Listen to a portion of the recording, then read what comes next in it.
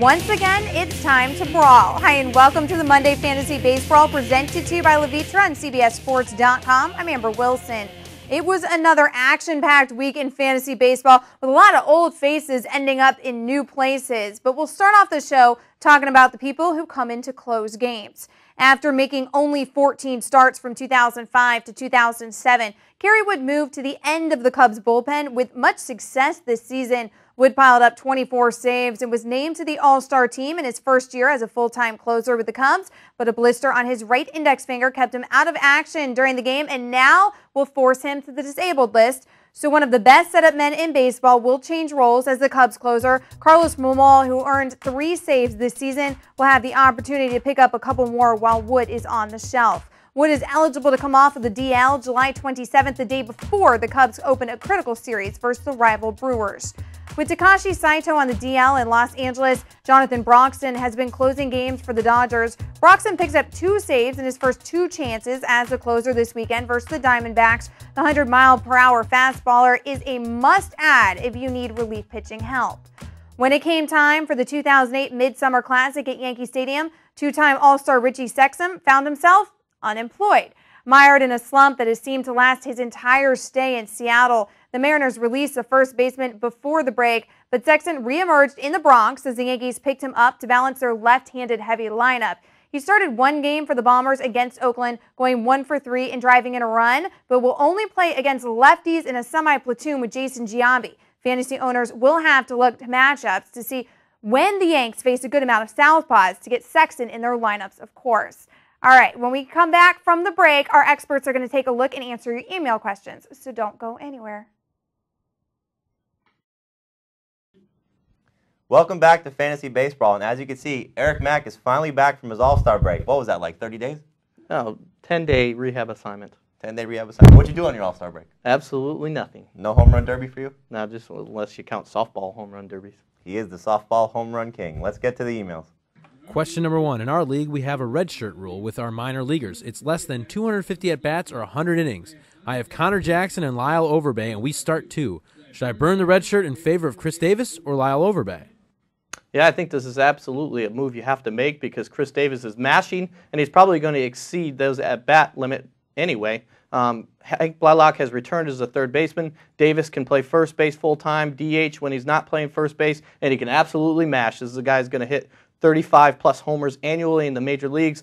Davis for Overbay is a move you have to make, especially because I don't think Overbay will even finish the year starting for the Blue Jays at first base. I'm going to steal Emac's joke right now and call myself Captain Obvious when I say that you should probably hold on to Connor Jackson. If you're talking about Lyle Overbay, it's a great move to make, as Emac said. But the difference between Davis and Connor Jackson is at least you know what you're going to get from Jackson for a longer stretch of production. Hold on to Connor Jackson right now and make the move for Overbay. Easy for you to say. Question number 2 comes from Eric. Please don't broadcast this, but who is likely to take over for saves when George Sherrill gets traded? I need to jump on my guys in this league. Yeah, I think we're going to broadcast it anyway, right? I think we are. I think when you're talking about the Orioles' closing situation outside of Sherrill, it's Jim Johnson's probably the guy you want to target because he's been great as a setup man, working the 8 innings for the Orioles, and so far has been very productive when given the opportunity. So if something does happen to Sherrill, then I think Jim Johnson's the guy you want to get, especially if you're trying to get a jump on the guys in your league. Yeah, Jim R. Johnson is the setup man right now. You always look when they're going to replace the closer. Look to the guy setting up. You know, they don't skip the setup man to go to the 7th inning guy. It's the setup man. Like the A's, if they trade Houston Street, go to Casilla, Santiago Casilla, or a guy that's real hot right now, Brad Ziegler. Question number 3. Dino has an offer where he trades Joe Saunders for Felix Hernandez, and their salaries are both $1. He's not worried about the keeper status, but the lack of wins he should get with Felix Hernandez. Any thoughts? Well, I think you're making a great trade of selling high on Joe Saunders and buying low on King Felix. The talent is pretty wide in range right there. I know Saunders is solid. He can win 18 games for a top contender, but King Felix is an irreplaceable type talent, and if he stays healthy in the second half, I think he really can. He can be an outstanding pitcher in all leagues, and I think you're going to get more value here on out from King Felix than Joe Saunders. Now, you were high on Joe Saunders all season long, Absolutely, because a lot of people were overlooking him because he is a control and command left-hander, and he can be a very good one for a very good team, but the talent of King Felix is just too high. Who are some people that were overlooking Joe Saunders? I don't even know. I think he works for us. I think his name is Scott White.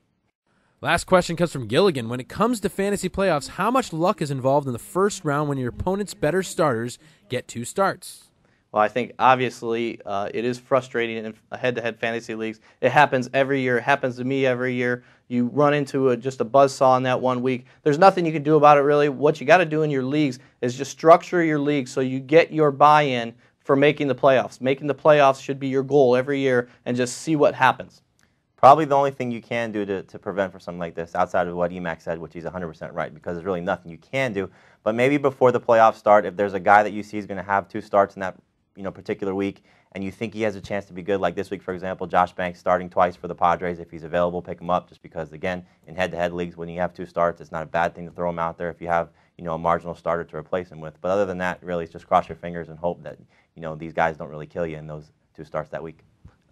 2 things, though. One, I'm always right. You are correct about that. But you are wrong about taking the chance on a 2-start pitcher in the playoffs. You got to ride your horses in the playoffs in fantasy, and I think you start your studs. You don't take a risky 2-start pitcher. Just go with your best pitch, even if he's got 1 start. So I'm gonna say go with the guys that got you there, and don't worry about the 2-start pitcher. That's why he's the Fantasy Baseball King. For Eric Mack, I'm Jamie Eisenberg. Make sure you send us emails to dmfantasybaseball@cbs.com, and we'll try to answer them right here on Baseball.